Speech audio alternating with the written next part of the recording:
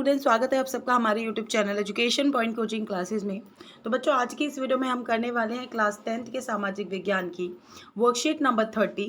18 सितंबर की वर्कशीट है, तो शुरू करते हैं इस वर्कशीट को। बच्चों, आज की इस वर्कशीट में हम पढ़ेंगे यूरोप में राष्ट्रवाद। तो यूरोप में राष्ट्रवाद का सबसे पहला टॉपिक जो हम करने वाले हैं वो है 1815 के उपरांत यूरोप में रूढ़िवाद कैसे फैला। तो रूढ़िवाद होता है पुरानी सोच को साथ लेकर चलने वाला, जो नए और आधुनिक जो बदलाव होते हैं उनको एक्सेप्ट नहीं करते हैं, उनको पुरानी व्यवस्थाएं ही अच्छी लगती हैं। तो 1815 में नेपोलियन की हार के उपरांत यूरोप की सरकारों का झुकाव जो था वो वापस रूढ़िवाद की तरफ बढ़ा। नेपोलियन आया, भले ही एक किंग सिस्टम के साथ आया था, लेकिन इसने काफ़ी आधुनिकता और नए जो मेथड्स थे उसको इंट्रोड्यूस किया था। लेकिन 1815 में वापस रूढ़िवादी सरकारें आईं। अपनी राजनीतिक विचारधारा के अनुरूप रूढ़िवादियों ने स्थापित संस्थाओं, रीति रिवाजों, परंपराओं को मान्यता दी और तीव्र परिवर्तन के स्थान पर क्रमिक विकास पर जोर दिया। यानी कि विकास कैसा हो, जो धीरे धीरे हो। इस परिप्रेक्ष्य में एक शिखर सम्मेलन जिसे कांग्रेस कहा गया, कांग्रेस का आयोजन वियना में किया गया। ये आपसे पूछा जा सकता है एमसीक्यू में। इस कांग्रेस का आयोजन ऑस्ट्रियन चांसलर ड्यूक मेटरनिक किसने किया? ऑस्ट्रियन चांसलर थे उस समय पे, ड्यूक मेटरनिक ने किया था।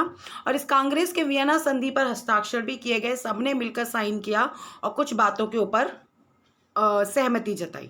अगर इसकी विशेषताओं की बात की जाए तो फ्रांस में बुर्बो राजवंश की वापस पुनर्स्थापना हुई, वापस बुर्बो राजवंश आ गया। इसका मुख्य उद्देश्य यूरोप में एक नई रूढ़िवादी व्यवस्था को लाना था, ये जो इन्होंने मीटिंग करी थी। फ्रांस ने उन इलाकों पर से आधिपत्य खो दिया जो उनमें नेपोलियन के समय जीते थे। तो वहीं फ्रांस के सीमा विस्तार पर रोक के हेतु नए राज्यों की स्थापना की गई। तो ये सारे कार्य थे जो इस मीटिंग में डिसाइड किए गए। तो यहाँ पे हमें दो कैरेक्टर्स को काफ़ी डिटेल में दिया गया है। सबसे पहले ड्यूक मेटरनिक। अगर ड्यूक मेटरनिक की बात की जाए तो इनका जन्म 15 मई 1773 में हुआ। ये ऑस्ट्रेलिया के चांसलर थे। तो वहीं 1814 से 1848 तक के काल में इन्होंने यूरोप की राजनीति में सबसे ज़्यादा महत्वपूर्ण भूमिका निभाई। यूरोप के राजनीतिक हालातों पर टिप्पणी करते हुए इन्होंने सबसे बड़ी बात बोली थी, जो कई बार क्वेश्चन पूछा भी जाता है, कि यदि फ्रांस छींकता है तो पूरे यूरोप को जुकाम हो जाता है। ये लाइन किसने बोली थी? ड्यूक मेटरनिक ने। मतलब कि फ्रांस में अगर जरा सी भी हलचल होती है तो उसका इफेक्ट पूरे यूरोप में देखने को मिलता है। वियना संधि में इनकी बहुत बड़ी भूमिका थी। तो वहीं नेपोलियन युद्ध के उपरांत यूरोप की पुनर्रचना और वापस राजतंत्र लाने में भी इनका सक्रिय जो रोल था वो रहा है।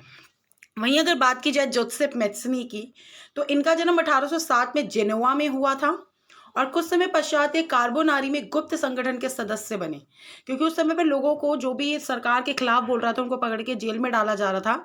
तो ये गुप्त संगठन का पार्ट बने। 24 साल की युवावस्था में इन्होंने लिगुरिया में क्रांति करने के लिए 1831 में देश निकाला तक दे दिया गया। इसके बाद इन्होंने दो संगठन बनाए, पहला तो था मरसई में यंग इटली और दूसरा बर्न में यंग यूरोप। मैथ्सनी द्वारा राजतंत्र का जोरदार विरोध किया गया और रूढ़िवादी सरकार के भय से वो कभी भी डरे नहीं। मेटरनिक ने उन्हें हमारी सामाजिक व्यवस्थाओं का सबसे खतरनाक दुश्मन बताया था। किसने? मेटरनिक ने, क्योंकि ये राजतंत्र लाना चाहते थे और ये राजतंत्र को समाप्त करना चाहते थे। तो अगर प्रश्नोत्तर की बात की जाए तो सबसे पहला प्रश्न है, वियना संधि की प्रमुख विशेषताओं का वर्णन कीजिए। तो वियना संधि की अगर प्रमुख विशेषताओं की बात की जाए तो फ्रांस में बुर्बो राजवंश की स्थापना हुई। इसका मुख्य उद्देश्य यूरोप में एक वापस रूढ़िवादी व्यवस्था को कायम करना था। फ्रांस में उन इलाकों को वापस मतलब आधिपत्य खो दिया था नेपोलियन के समय में, उसको वापस जीतना था और फ्रांस के सीमा विस्तार पर रोक लगाने हेतु नए नए राज्यों की स्थापना की गई। अगर मेटरनिक की भूमिका की बात की जाए, प्रश्न नंबर दूसरा, तो मेटरनिक कौन था? ऑस्ट्रिया का चांसलर था।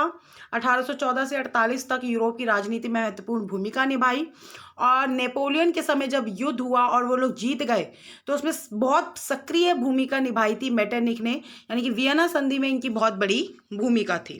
प्रश्न तीसरा, मेटरनिक ने जोसेफ मेत्सनी को हमारी सामाजिक व्यवस्थाओं का सबसे खतरनाक दुश्मन बताया। वे किस सामाजिक व्यवस्था की बात कर रहे थे? तो इन्होंने जो था, हमने पढ़ा कि जोसेफ मेत्सनी जो थे वो राजतंत्र के विरोधी थे और लोकतंत्र की स्थापना करना चाहते थे। इसलिए मेटरनिक ने उन्हें सामाजिक व्यवस्थाओं का सबसे खतरनाक दुश्मन माना, क्योंकि वो उनकी रूढ़िवादी सोच को टिकने नहीं दे रहे थे। प्रश्न चौथा, नेपोलियन युग के उपरांत यूरोप में क्या परिवर्तन हुए? देखो सबसे पहले तो जो राजवंश था वो वापस आ गया। नेपोलियन के जाते ही राजवंश, बुर्बो राजवंश वापस आया। रूढ़िवादी परंपरा और शासन व्यवस्था को पुनः मान्यता दी गई और तीव्र परिवर्तन के स्थान पर क्रमिक विकास के ऊपर ज़्यादा जोर दिया गया। तो आज की वर्कशीट मोस्ट इंपॉर्टेंट है, इसे ध्यान से करना है। तो इसी के साथ आज की वर्कशीट हमारी पूरी होती है। मिलते हैं नेक्स्ट वीडियो में, तब तक पढ़ाई जारी रखिए। Thank you so much.